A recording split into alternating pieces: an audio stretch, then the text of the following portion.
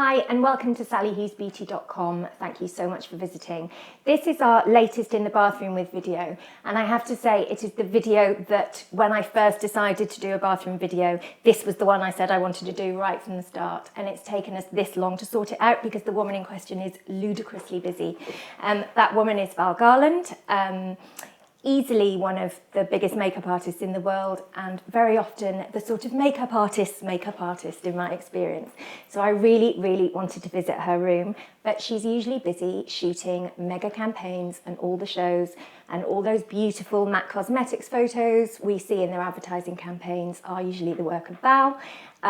Your CV has been extraordinary, so I'm really happy that you've fit us in. Thanks for having us. It's great to be here, Sali. It's fantastic. It's amazing. I'm so giddy. So you and I first met on the internet, didn't we, a few years ago? We did, because it was very bizarre.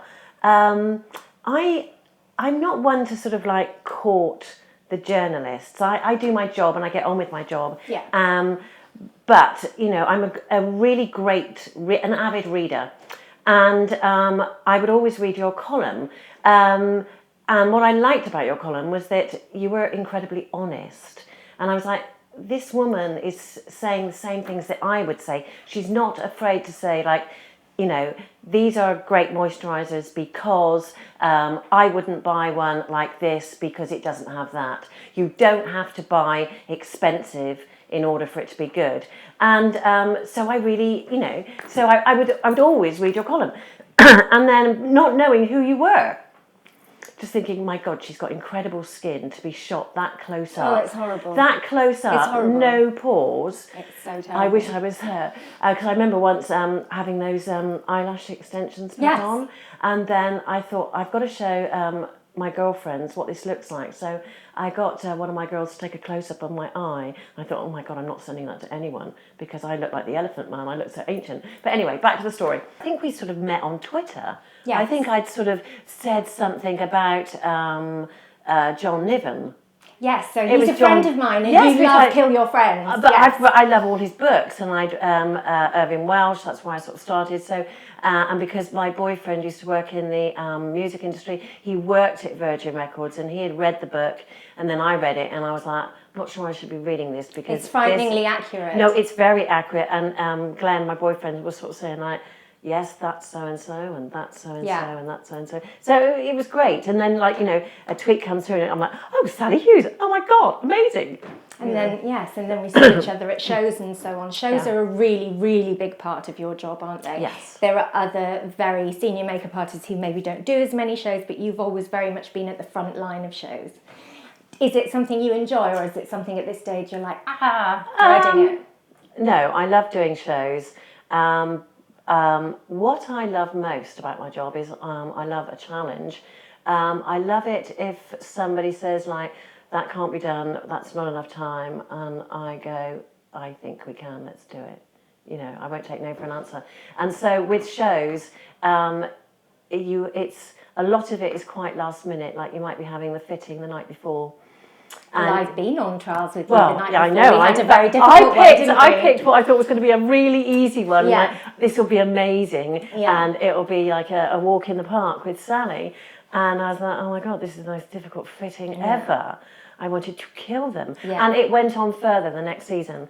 A designer who shall remain nameless, a very good designer, had a new stylist, and we had quite a tricky time, didn't we? We did, because I've worked with this designer right from the get-go. So I know this designer's style. I know the woman. And we had a stylist coming left of centre who wanted to put their stamp on it. I wanted to put a big makeup stamp on it. Like he wanted to do like a rock and roll eye on something that was a designer that is architectural. And avant-garde. And avant-garde. And a rock and roll eye is just not going to go there. And I knew that, and she knew that. I knew that. And you knew that, but we still had to battle it through. And it got even worse the next season because it was the same thing again. I'm like, I can't believe it. It's the rock and roll eye again. And in red, and a red rock and roll eye. When does that work? It doesn't. So I did it, and fine. Stylist is happy. Designer's looking a bit stunned. And we did this sort of like fitting like about 4 or 5 days before the show. Anyway, I was talking to my team. We were travelling in a car to another fitting, and I sort of said, yeah, I think, you know, the fittings look really well. I like where we're going with the makeup. We're getting some interesting ideas, because it's important to get some ideas out there for the press, because the press want to have something to write about. It's hard to keep and having things hard, to write about, for especially when it's the new nude. I mean, how Skin. nude is that? Yeah, it's all about skin. Yeah. What are you going to write about that? So anyway, and I sort of said to my team, I sort of said, like, the only makeup I don't like is the makeup that I'm doing for this particular designer. I don't like it, and I don't want to do it. It's not going to be good for me. It's not going to be good for the designer. It's just going to look wrong. So the night before the show, that day, I had 5 shows to do in one day. That's quite a lot. This season... We'll come back to that, Yeah. because I don't know how you do it. But No, anyway, this season I think I did 6 in one day. So this was the morning when I was going to be doing 5 shows in a day. The night before, like about 8 o'clock, sent a text message to the designer.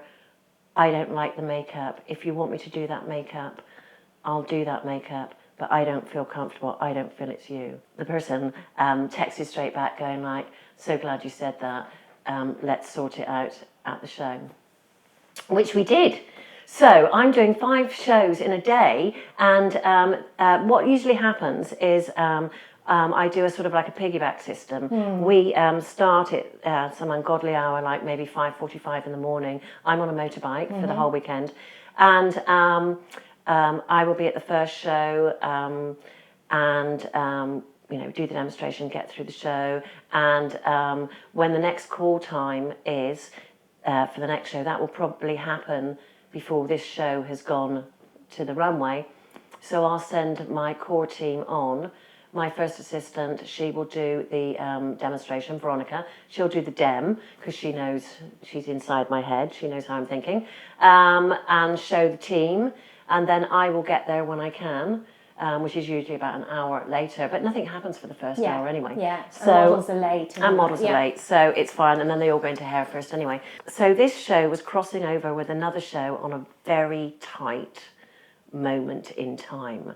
And I couldn't send Veronica on to do the makeup for this particular show because you didn't know what it was yet. We didn't know what it was. Yeah. So the makeup artists are sort of like sat there for like about 2 hours, twiddling their thumbs, going like, we've done the skin, we're just waiting for Val. So I got there, all the makeup artists were waiting. You know, I did sort of like 5 makeups, and then I sort of like took them into the designer, knowing what the designer would go for. Sort of, you know, I've sort of said, I think it's this one, and the designer was kind of like, yeah, perfect, let's go there. At no point did I make eye contact with the stylist. I just got on with it. Yeah. And, you know, and I think that relationship that you build with a designer, hopefully knowing who their muse is, that's what hopefully gets you going back again and again. It means something, and instinct means something. I was on that other trial with that designer, and it's very, very hard as an observer. My assistant Lauren was with me, and we were nudging each other going, he's telling Val Garland how to do makeup. And we were just dying. And I think to have the kind of courage of your conviction, and to know that what you're saying is right, and to know that it's not, that this particular look is not right for that designer, it takes confidence, right, to get that point across. I mean, the same thing happened to me, I think it was yesterday or the day before. I was on a shoot, and the shoot was for a very high-profile magazine, really high-profile photographer, really high-profile stylist who I'd never worked with, who is like trending. And I've like worked with most of the stylists, so I was really excited to work with this person, and a very famous hairdresser. So I'm going in so I'm going in not knowing how the dynamics of this shoot is going to be. As soon as I get there, I can feel the tension. We kind of want to do something that is, it's a bit sort of like punk, mixed with kind of 50s Hollywood posters, maybe a little bit of the Blitz magazine. So maybe it's a little bit, the quality is quite raw, like a poster. We want it to be very modern, a term that is used really loosely. And what does it mean anymore? So anyway, so they were sort of saying like, like maybe something like Susie and the Banshees. And I was like, well, that's great because that's my era. We're talking new wave. That's my era. Fantastic, but we don't want it retro. Okay, well, let's take it somewhere else. But we do want to see something. A sexual innocence is what we're looking for. So all this terminology is going around, and you're like, right, what the hell am I doing? I don't want to do Susie and the Banshees or Blondie because that feels very 70s, and that feels sort of, it's just too old, And so heavily referenced as well. And it's like, that's boring. Like, what's fresh about that? It needs to be fresh. And they were saying, okay, well, a cat-lined eye goes through time, is timeless. And I'm like, yeah, but it can also be very commercial. Anyway, so we go on, and that's what they want. And I know it's not right. So I sort of like do it, and the girl goes out, and it looks lovely, and it looks amazing, and it's beautiful. But this is a contemporary magazine, and it needs to be saying something that's youth orientated. And we're looking at the picture. The picture's not, or the shot's not there yet, and everyone's discussing it. And I sort of said, well, I don't think the makeup's right, and I think I thought I'm going to say that because I know someone's going to say that, and I don't feel it's right, so I'm going to be the first one to go like, the makeup's not right. And they're like, okay, well, what would you do? And I said, I think I'm going to take it all off. Because we had hair going on, we've got a set going on, and something's got to give, something's got to breathe. So I started to take the makeup off on set because it was so high profile. You cannot leave the set. You can't go into the makeup room. You haven't got time to talk to your assistant and go like, what the hell are we doing? You've got to do it in front of everybody. So I started removing, and then I just looked at it and I thought, that looks good. Removed? Not removed. Almost removed. And I looked back over and I sort of said, look, I know I haven't taken it all off. I know it's not a clean face, but just look at that because I think that looks good. It was kind of like very mucky under the eyes. I'd taken everything off here because there was a liner here, there was a liner underneath. I'd taken everything off the top, but somehow the kohl that had been inside the eye and the kind of like liner that had been on the top, it all sort of like gathered a little bit like you'd been clubbing all night. A bit lived in. It was very lived in, but it kind of looked good. And that's what they went with, But it's knowing when to stop, because if I had taken it all off to clean,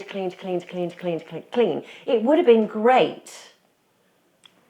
But it might not have been anything new. I'm interested in that because I think few people would disagree with me in the industry that you're known as a very creative makeup artist. So you're somebody who likes to do things that are a bit nuts sometimes and often, and lots of colour and being kind of quite avant-garde and different. How often does that happen where a mistake becomes art? That must happen frequently, I guess. Totally. Because it's only by doing things and sometimes, beauty is everywhere. It's not just in the most beautiful thing. It can be in the tearing down of. And sometimes, I think I get a lot of that from, being a sort of like 70s, 80s sort of like youth. That was my youth. So it was like punk, it was like new romantic. I started out as a skinhead. I was a hairdresser, so I was experimenting all the time. When we were in that sort of like punk, and especially the new romantic era, we were making up our outfits. Live for the weekend. It was all about the weekend. I remember I was going through a white shirt phase, and I was mad in the 80s, and I would only ever wear a white shirt once.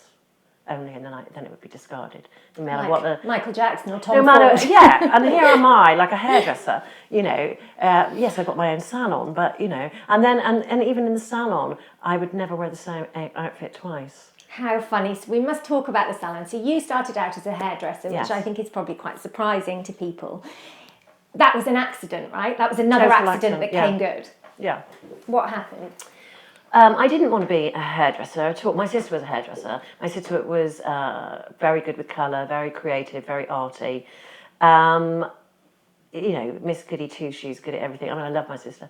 But Miss Goody Two Shoes, great at art, very artistic. And I was kind of the one with the voice.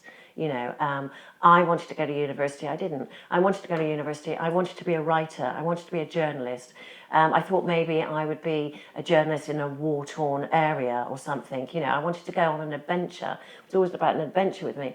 At the tender age of 15, I went in to see the deputy head at school, you know, to talk about careers. And, you know, he kind of said it in a roundabout way that he could help me get to university. And it was the way he sort of said that.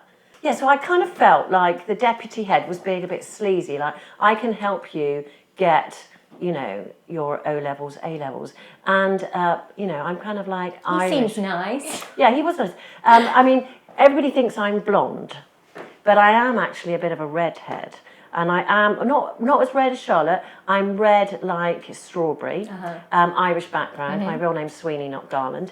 And I have a temper. And I'm really, really great, super, and then all, it's like The Exorcist, I turn. And so he just got my back up, and I went, screw you. You know, that's it, I'm done. I was 15, you know, went back into the classroom, like, kind of, I think I had long hair then, sort of like threw my hair, kind of like, I'm leaving. And I could see all my classmates. So how old are you at this point? 15. 15, yes. I'm leaving school. I'm leaving. I think I just took my bag and left. And then I was like walking home from school, and I thought, shit, I'm going home. And I've left school now. I can't go back because you never go back. And you know, what am I going to do? Yeah, but what am I going to do? And so I'm walking home, and I see this advert in this salon, which is local to where I live. So I go into the salon, and I sort of say, I've always wanted to be a hairdresser. You know, I'm really Lies. I'm really creative. You know, I love hair. My sister's a hairdresser. You know, give me a job, and they did. They said start on Saturday. So, you know, I went home and sort of said, well, I've left school, but don't worry, I'm going to be a hairdresser. I could sort of see, like, my sister going like, you, a hairdresser? Like, yeah. And I just thought, well, hair can't be hard, can it? So anyway, so I get in there and I'm working in the salon. There's 4 of us. And Pink Floyd, Dark Side of the Moon, Money, that's the music. And I am washing hair, we're all washing hair, and I'm thinking, we're all washing hair, am I going to be doing this for 3 years? I am not going to be doing this for 3 years. How can I get out of this?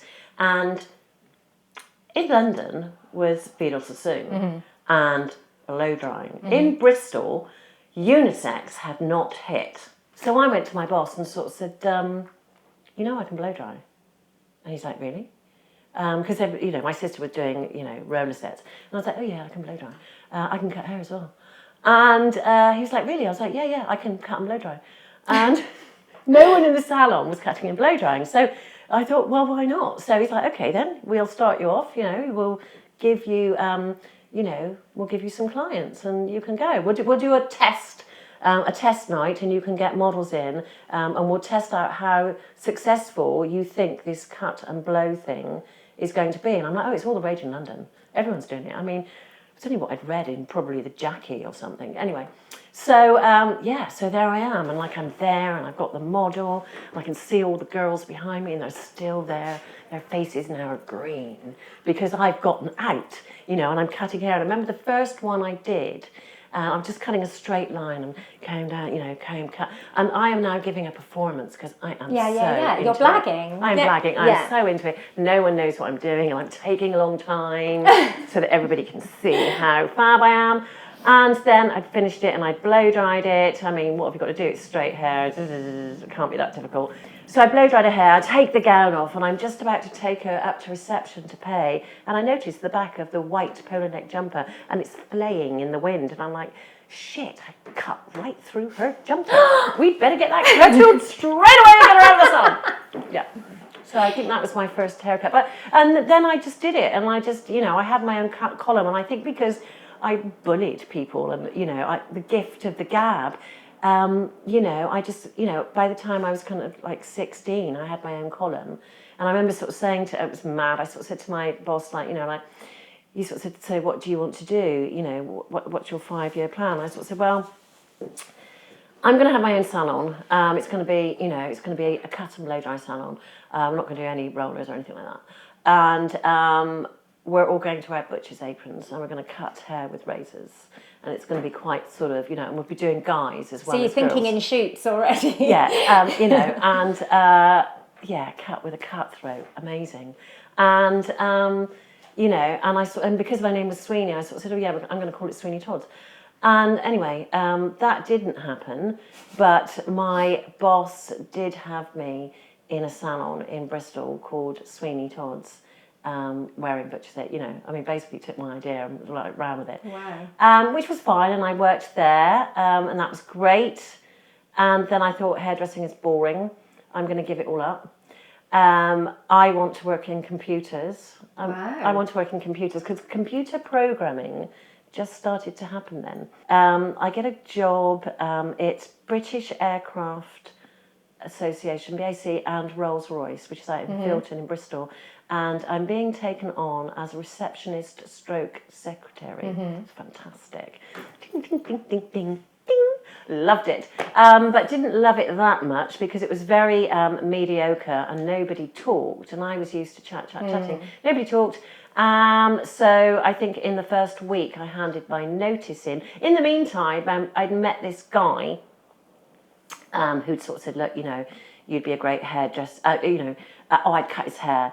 And because that's how I used to pick up guys going like, oh, who cuts your hair? Like, you should come around and see me, I cut the hair. And go on a date.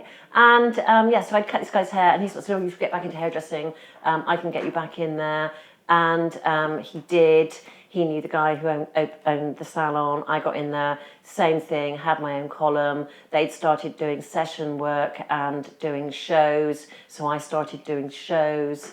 And that was it, really. So I was a hairdresser and loved it. At which point, though, did you glance across the backstage area or into the mirror and think, actually, I want to do that instead at the makeup? Okay, so, yeah, I'm doing, masterclasses in hair. I'm doing that, and I'm doing that in Australia. I live in Australia. I'm doing it in Australia, Asia, Japan, LA, New York. So demos, that all sort that of thing. kind of thing, yeah. So I'm doing that. And through doing that, and I'd always do the makeup on the models because I used to wear so much makeup. I used to, it would be kind of like the sea moving, but very inspired by Blitz magazine, Yali Back, and Steve Strange, lips left of centre. R.I.P.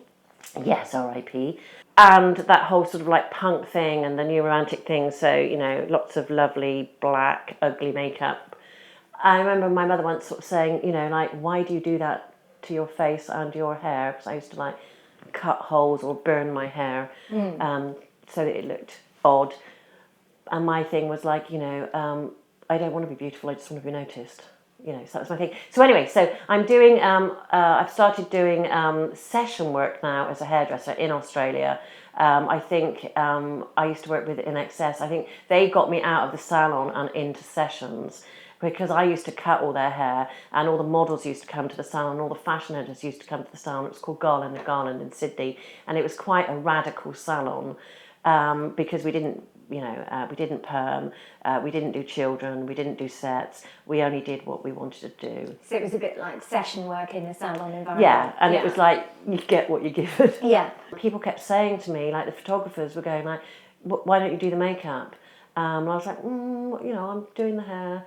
No. And I'd done a test to see how I would feel working, in that environment. And the people were so mean to me.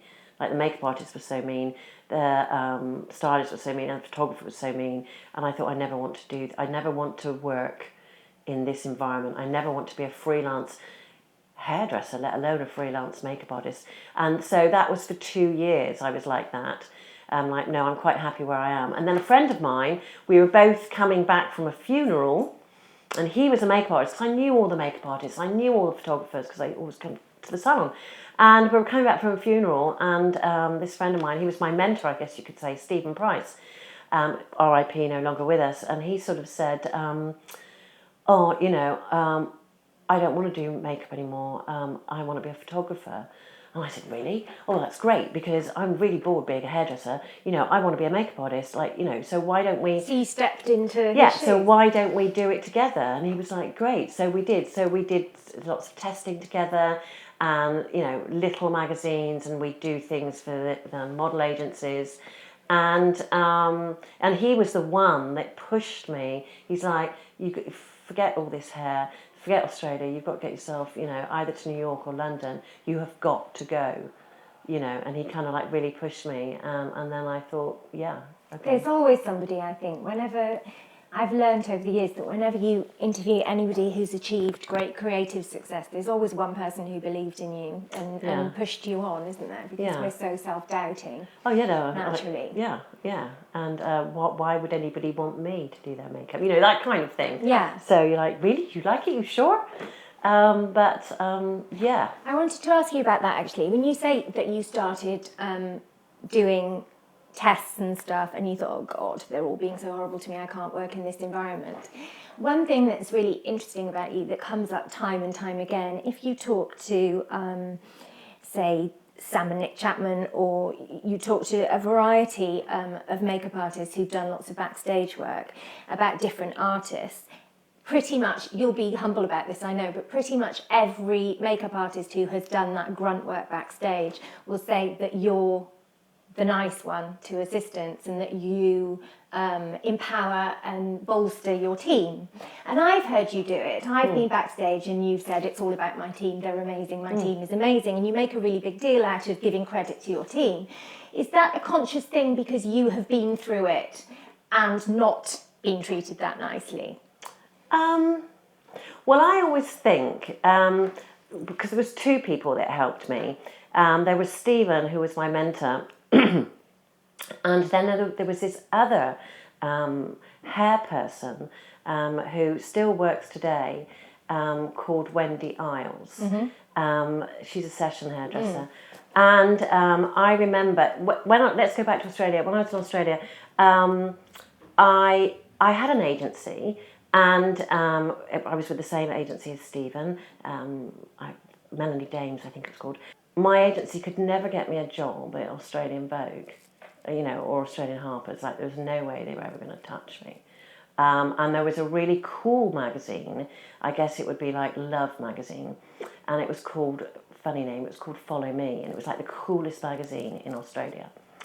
And anyway, but I mean, I was doing the young magazines like Stiletto, and very funny name, Dolly. Yeah, it's still there, Dolly. Yeah, okay, so I was doing Dolly, and I was like doing Stiletto and a few other magazines like that. And anyway, I am backstage at a show, and I'm working with Wendy, and I'm assisting. And in Australia, you have to do hair and makeup. Yes. So I'm back there, but I'm with her doing hair. I sort of like show her a model, and she's like, yeah, that's great. And then I show her another one, and she sort of says, yeah, that's great. And then I take another one, and she sort of says, don't show me anymore, just get on and do it, because it's great. So anyway, the next day my agent calls me and sort of says, you're not going to believe this. And I sort of said, what? And she sort of said, I've just had a call from Follow Me magazine from Nicole Benithan, and there was a very well-known photographer at that time called Grant Matthews. You wouldn't know of any of these people. And they want you to do the cover and a story for Follow Me with the new girl, Emma Balfour. Will you do it? Of course I'm going to do it. I had to do hair and makeup. So basically, Nicole had rang for Wendy to do this job, because Wendy was like really, really big, and traveling the world doing hair and makeup. And she wasn't available, and she sort of said, "Oh, there's this young girl that she helped me backstage at Fashion Week, give her a go." So that was my break. So somebody always helps somebody, and I think it's nice to give back. So when I get to London, you know, I've got this book of like tests of Emma Balfour, a few kind of like summary things from young magazines, and then this shoot from Follow Me. And I kind of get an agent straight away. And I'm thinking, like, how weird is that? And I think the only reason I got the agent was because I had Emma Balfour in my book, and she was now going, and she was now going out with David Sims. Yeah. So that was it. Like, there is a God. Yeah. You know. Yeah. So how long ago was that? So Emma Balfour. So that would have been. Well, that's kind early of like 90s. Yes, that's yes. So you kind of bypassed the supermodel era, and you came in at the kind of edgy, grungy era. Yes. So Kate Moss and all that gang, Yeah. Emma Balfour and Karen Elson and those sorts of models. So you have quite a different sort of background to say someone like Mary, who was you know, the supermodel girls in America. So I'm assuming your kind of avant-garde influences were absolutely right for that time, for what photographers and magazines were looking at doing. Did you feel immediately like you'd found your people, that you'd found your collaborators? Yes, because of my background, which was always very experimental. You know, I came to London, and I think like the first sort of people I sort of like worked with were people like Katie England and Eugene Suleiman. That's who I was working with, and they were very experimental as well. So it didn't feel like we were doing anything different. It felt like we were doing the norm. Being yourself. Yeah. I suppose where you've ended up, you now do the makeup of probably the only mainstream avant-garde artist in the world, in a way, in that you work with Lady Gaga so much, who is this enormous mainstream star, but very, very avant-garde in her appearance and image. What is that collaborative process like for you? Lady Gaga, when I first met her, it was kind of like looking at a younger version of myself. I know that sounds really mad, but, you know, she was kind of like, oh, up for anything, and very spontaneous, and I guess I am the same, because if it doesn't work, we can take it off, we can try something else, well, let's do that. You know, when I worked with her at that whole moment when it was like the Born This Way album cover, and I was working with Nick with her, and the first time I met her, she was like wearing 4 sets of eyelashes, and she had a big old brow, and the lip, and that was great. But it was strange for me because I felt she was working with Nicole Machete, and she was so avant-garde here, and you know, sticking things on and that kind of thing, and I was like, but why aren't you avant-garde in your makeup, your real makeup? I mean, you can put a stripe on your face, but why haven't you tried to sort of change that? Like, what could make you look different? And so I thought, well, okay, one thing that I do often if I'm doing a makeup campaign is like, you know, I'll take everything away and start again and then sculpt, and, you know, so off come the eyebrows so that you can work out what kind of eyebrows you want to put on there, you know, and then then you just sort of like sculpt the new thing. And then with Lady Gaga, I was like, okay, well, maybe we should sort of do some prosthetics as well. And we did. I mean, basically, I was making a rod for my own back, because I mean that's a lot of work. Setting yourself up on a momentum to maintain is a big thing. But then I suppose it's the dream gig though, when it is so about the makeup. You know, photos of her are so about the makeup and the hair. It's well, treat. They were. Yeah. I don't think they are so much. No. But it's a treat for an artist, isn't it? Which I suppose makes me think of your your MAC campaigns. One of my favourite beauty campaigns ever was Beth Ditto with the eye, and that was you, wasn't it? Yes. I love that picture. But no, that was so hilarious because we were working with Beth, and she is fantastic, great sense of humour, and up for a laugh. And we were being filmed, but sometimes when you're with an artist, and because when I do makeup, I don't talk. When I'm actually doing the makeup, I'm really silent and I just get on with it, and then I chat in between. Or I'd forgotten about the camera, like the backstage camera. So, and I've got my fab assistant. She's not with me anymore, Laura Dominique. Very similar to me, same kind of sense of humour, very OCD, fabulous.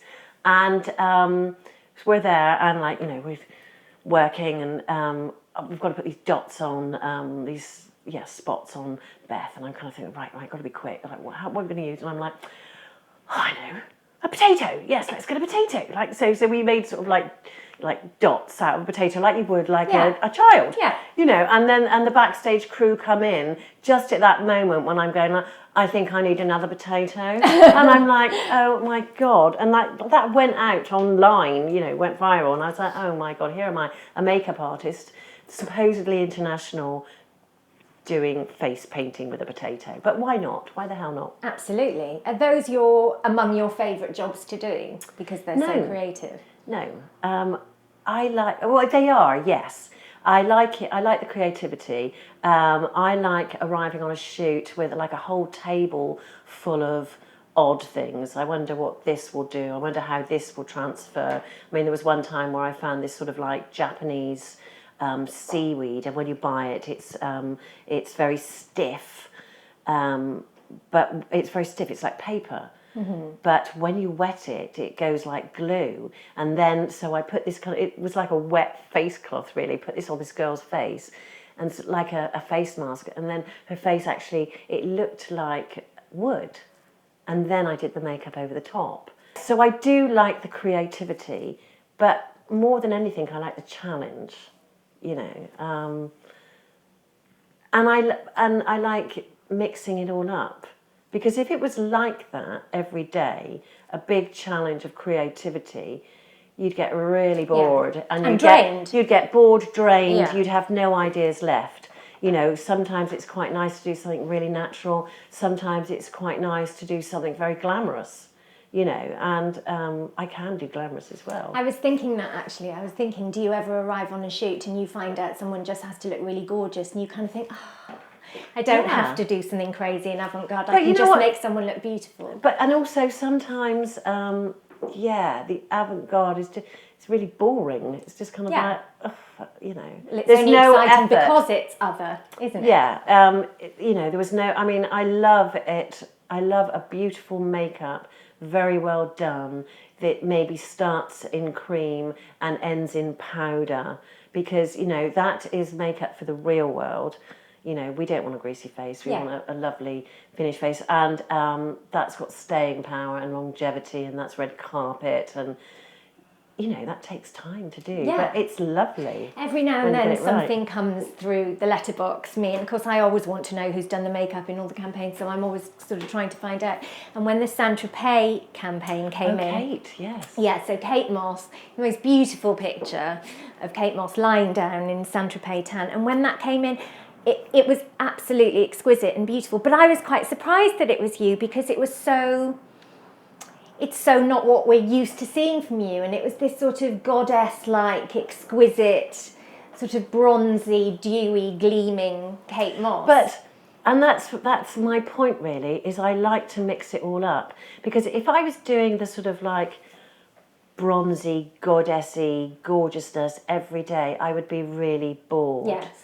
And, you know, that's one, you know, I just don't like routine. I don't like routine, you know, and that's what I found, like, when I worked in a salon, like, you've got the same people coming in every 6 weeks. It's the same thing. It's the same thing. It's the same thing. You know, because even when I apply makeup, I don't do the same routine all the time. You know, I might sort of like start with the skin and then go into the base, then go into the eye. I might start with the lip.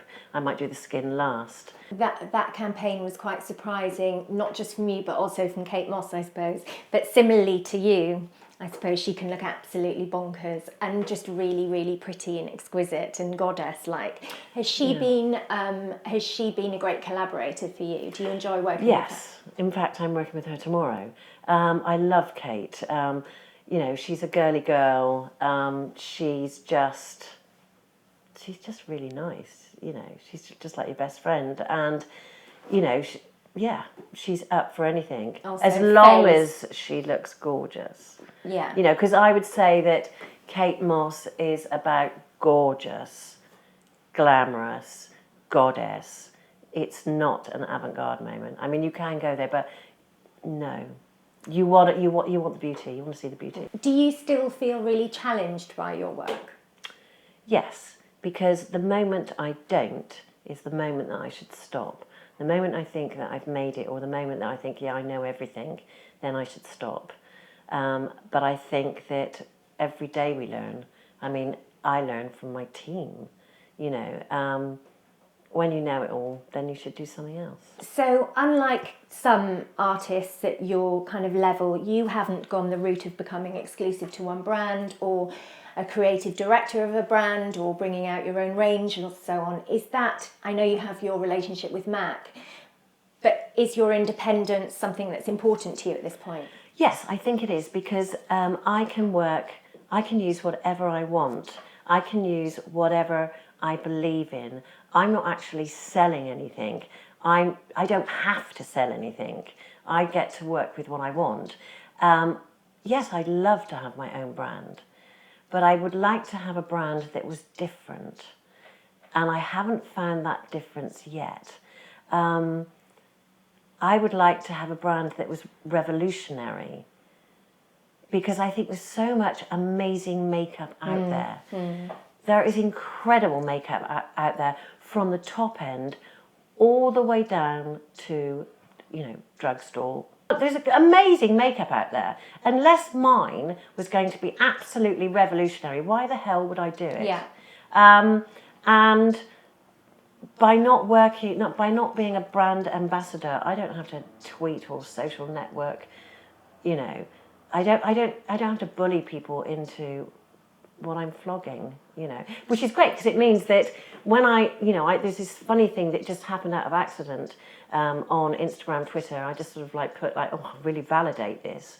And then a friend of mine, Marion Newman, sort of said, oh, you should use that, validate. I'm like, oh God, I never thought of that. Yeah, why not? You know, if I believe in a product, I'm going to validate it. You validated my book, God bless you. I did, because I read it from cover to cover. And I gave it away as Christmas presents. Oh, thank you. I did. My sister got You're one. in it. You know you're in it, right? Yes, yes. Twice, I think. Yeah, which was really sweet. Thank you. But yeah, so I get to, you know, and it's funny, companies have come to me and sort of said, we will pay you X amount to validate 4 or 6 times a year. And I'm like, no, because this isn't about this. This is about sort of going I think this is really good. Yeah. You know. No, I get that asked that too. And it's really, really because easy. It's in the column. But that's never, I would never, ever, ever accept money for anything in the column. But if you take money for saying you like something that you don't genuinely like, it's over. Yeah. It's over, it's done. Yeah. It's really easy to say no, because it's over Yeah. if you do that. Because the moment you lose your integrity and your honesty, you're done for. Yeah. So with that in mind, I really want to see what you actually love. Can we have a look in your cupboard? All right, okay.